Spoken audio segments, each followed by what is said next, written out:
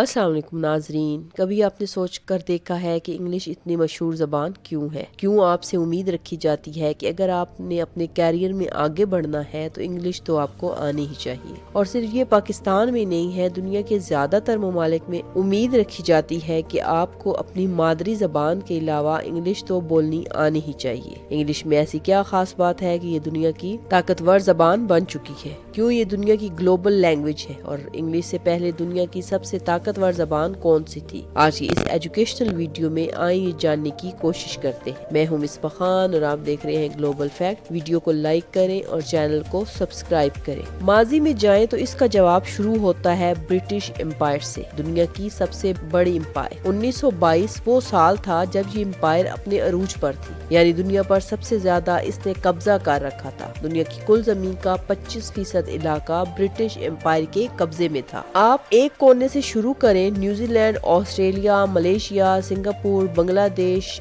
India, Pakistan, UAE، افریقہ کے بہت سے ممالک، پھر UK اور پھر کینیڈا تک، یہ سب برطانوی سلطنت کے قبضے میں تھا۔ ایک مشہور کہاوت تھی "The sun never sets over the British Empire"، اور آپ یہ دیکھ سکتے ہیں کہ یہ بات کیوں سچ تھی۔ جب آسٹریلیا میں سورج غروب ہوتا تھا، برصغیر پاک و ہند میں صبح ہو چکی ہوتی تھی، اور جب یہاں سورج غروب ہوتا تھا تو کینیڈا میں تب تک صبح ہو چکی ہوتی تھی۔ تو کل 450 ملین لوگوں کی آبادی اس برطانوی امپائر کے تحت تھی۔ برطانیہ نے اتنے ممالک میں نوآبادیاتی نظام قائم کر رکھا تھا جو اس نظام میں رہنے والے لوگ تھے۔ انہیں اگر اپنا اچھا کیریئر بنانا تھا، اچھی نوکری حاصل کرنی تھی تو انہیں انگلش زبان سیکھنا ضروری تھی۔ اسی لیے ان سب کالونیلائزڈ ممالک میں انگلش کو لینگویج آف ایلیٹ مانا جاتا تھا۔ اگر آپ پڑھے لکھے ہیں اور اچھی نوکری کرتے ہیں تو آپ کو انگلش تو آنی ہی ہوگی۔ لیکن تب کیا ہوا جب برٹش امپائر کی پکڑ ٹوٹنے لگی؟ 1950 تک آتے آتے زیادہ تر کالونیز کو آزادی مل چکی تھی یا پھر آزادی کی تحریک شروع ہو چکی تھی۔ انگریزوں کو یہ ممالک چھوڑ کر جانے پڑے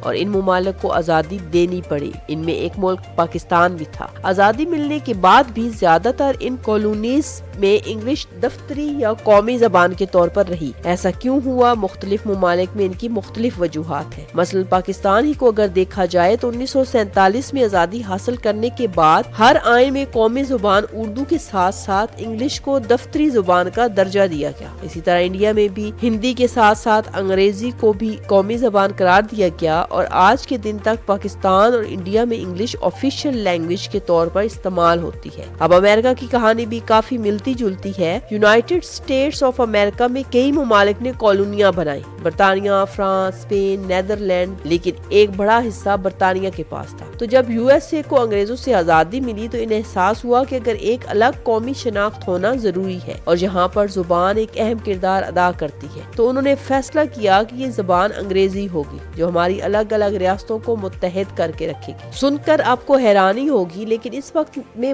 امریکہ میں بہت سی زبانیں بولی جاتی تھی جیسے کہ فرینچ، اسپینش، ڈچ، جرمن، لیکن انگلش کو یہاں پر برتری دی گئی۔ اس حد تک برتری دی گئی کہ 20ویں صدی کے شروع میں کئی ریاستوں نے باقی غیر ملکی زبانوں میں اسکولوں میں پڑھانے پر بین کر دیا، اور یہ 1923 میں تھا کہ جب USA کی سپریم کورٹ نے اس پرائیویٹ لینگویج تعلیمی پابندیوں کو کالعدم قرار دیا۔ ابھی تک آپ کو جو بھی کہانی بتائی ہے اس سے یہ تو واضح ہو جاتا ہے کہ جن ممالک پر برطانیہ کا قبضہ تھا وہاں انگلش بولی جاتی تھی، لیکن دنیا کے باقی ممالک کا کیا ہوا؟ باقی ممالک کو تو کسی نے مجبور نہیں کیا تھا کہ وہ انگلش بولیں، پھر یہ انگلش باقی ممالک میں کیسے پھیلی؟ اس کا جواب چھپا ہے ناظرین پچھلے 50 سے 70 سالوں میں۔ جنگ عظیم دوم جو ہوئی تھی اس میں الائیڈ ممالک نے ایکسس ممالک کو شکست دی تھی۔ الائیڈ یعنی برطانیہ، امریکہ اور فرانس جیسے ممالک نے جرمنی، جاپان اور اٹلی جیسے ممالک کو ہرا دیا تھا۔ تو پہلا پوائنٹ تو یہ ہے کہ جو ممالک اس پیمانے پر جنگوں کو جیتتی ہے اس کی ثقافت کا باقی دنیا پر غلبہ ہو جاتا ہے۔ چنانچہ برطانیہ اور امریکہ میں انگلش بولی جاتی تھی تو اس لیے اس کا دنیا پر غلبہ ہوا۔ دوسرا پوائنٹ یہ ہے کہ جنگ عظیم دوم میں امریکہ وہ واحد ملک تھا جسے کم نقصان اٹھانا پڑا، باقی سارے یورپی ممالک کو بھاری تباہی کا سامنا کرنا پڑا۔ ان کی معیشت بری طرح تباہ ہو چکی تھی، لیکن جنگ عظیم دوم کے بعد امریکی معیشت میں تیزی سے اضافہ ہوا۔ 1950 کے بعد امریکہ अमेरिका सोवियत यूनियन के साथ एक सुपर पावर के तौर पर उभर कर सामने आया। कैपिटलिज्म की मदद से अमेरिका का कारोबार दुनिया भर में फैल गया और दुनिया के टॉप के बिजनेस स्कूल्स इंग्लिश में पढ़ाने लगे। इंग्लिश तिजारत और कारोबार की जुबान बन गई। अमेरिका के जो म्यूजिकल बैंड थे वो इंग्लिश में अपने काम को रिलीज करते थे और फिर दुनिया भर में मशहूर होने लगे। साथ ही साथ फिल्म मेकर्स के साथ भी यही चीज होने लगी। हॉलीवुड फिल्में और अमेरिकी टीवी सीरीज एक ग्लोबल सेंसेशन बन गई। इन सब एस्पेक्ट्स में अमेरिका के पास बेहतरीन टेक्नोलॉजीज थी, जिसकी वजह से अमेरिकी सकाफत दुनिया भर में मशहूर हो गई। जंग अजीम दोम इसके पीछे एक बड़ी वजह बताई जाती है, क्योंकि कई लोग ये मानते हैं कि अगर जर्मन और एक्सिस पावर्स ने जंग जीती होती तो शायद आज के दिन जर्मन जबान दुनिया की गालिब जबान होती। शायद आज के दिन तो जो तिजारत और कारोबार हो रहे हैं वो जर्मन जबान में होते, क्योंकि ज्यादातर यूरोप में जर्मन जबान जबरदस्ती राइज की जाती अगर हिटलर जीत जाता तो। लेकिन ये तो सिर्फ एक फर्जी बात है, हकीकत में बताना बहुत मुश्किल है कि क्या होता। लेकिन आज के दिन हकीकत ये है कि अमेरिका और बरतानिया की जीत के बाद इंग्लिश एक पावरफुल जबान बन गई। सवाल ये है कि 1980 और 90 के बाद भी इंग्लिश क्यों गालिब रही और बाकी सब जबानों को पीछे छोड़ गई? इसके पीछे क्या वजह थी? इसके पीछे वजह ये है कि इंटरनेट की इजाद अमेरिका में हुई।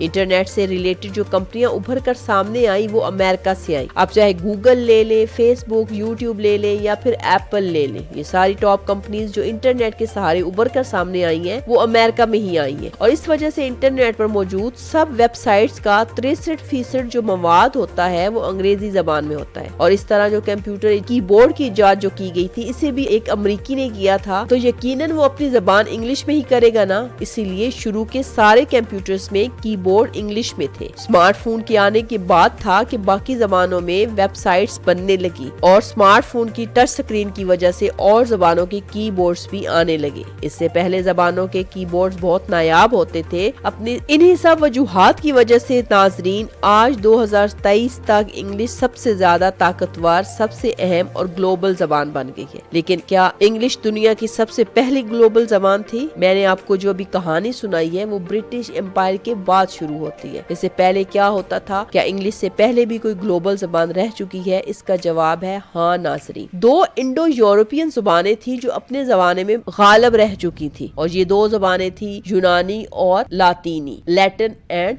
ग्रीक। यूनिवर्सिटी ऑफ शिकागो के प्रोफेसर का कहना है कि लैटिन या लातीनी जबान दुनिया की पहली रिकॉर्डेड ग्लोबल जबान है और ये इंग्लिश से ज्यादा ग्लोबल थी। 1300 साल के लिए ये दुनिया की गालिब जबान रह चुकी है। रोमन एम्पायर के वक्त की बात है, ज्यादातर मगरबी यूरोपीय शहरों में लातीनी ही सबसे अहम जुबान थी। लेकिन रोमन एम्पायर के खत्म होने के बाद लातीनी जुबान टुकड़ों में बट गई और अलग अलग इलाकों में इसकी अलग अलग डेवलपिंग शुरू हुई, जिनकी वजह से आज के दिन कई जुबानें निकली हैं। और आप ये जानकर हैरान हो जाएंगे कि स्पेनिश, फ्रेंच, पुर्तगीज और इटालियन, ये 4 अहम और बहुत ज्यादा बोली जाने वाली जुबानें, ये सारी लातीनी जुबान से निकल कर आती हैं। दूसरी तरफ अगर हम एशिया की बात करते हैं तो एशिया में अरबी, चाइनीज और फारसी गालिब जबानें रही हैं। 15वीं सदी के आसपास की बात की जाए तो मुगल हुक्मरान फारसी बोलते थे। और क्या आप जानते हैं कि 1800 के इख्तिताम तक कुछ लोगों ने सोचा कि आज के दिन तक जितनी भी जुबानें भी दुनिया में मौजूद हैं वो कहीं ना कहीं इम्परफेक्ट जुबानें हैं। तो उन्होंने सोचा कि क्यों ना हम एक ऐसी जुबान बनाते हैं जिसकी मदद से लोग एक दूसरे से आसानी से बातचीत कर सकेंगे, जो किसी एक मुल्क की जबान ना हो, जो एक इलाके तक महदूद ना हो, बल्कि दुनिया की एक ग्लोबल जुबान बन जाए। इस तरह नाजरीन एस्पेरेंटो जुबान वजूद में आती है, एक ऐसी जुबान जो 1887 में एक पोलिश इंसान ने बनाई थी। और यहाँ आप गेस कर सकते हैं कि ये जुबान ज्यादा कामयाब नहीं रही थी, क्योंकि आज के दिन ये अंदाजा लगाया जा सकता है कि 1 लाख या 1 लाख से 20,000 तक लोग एस्पेरेंटो जुबान बोलते हैं। एक चीज जरूर है कि जुबान सीखना निहायत आसान है। इस जुबान की तख्लीकार का दावा है कि इसकी ग्रामर को सीखना में सिर्फ 1 घंटा लगेगा। अगर आपको कोई भी यूरोपियन जुबान आती है तो स्पेनिश, पुर्तगीज,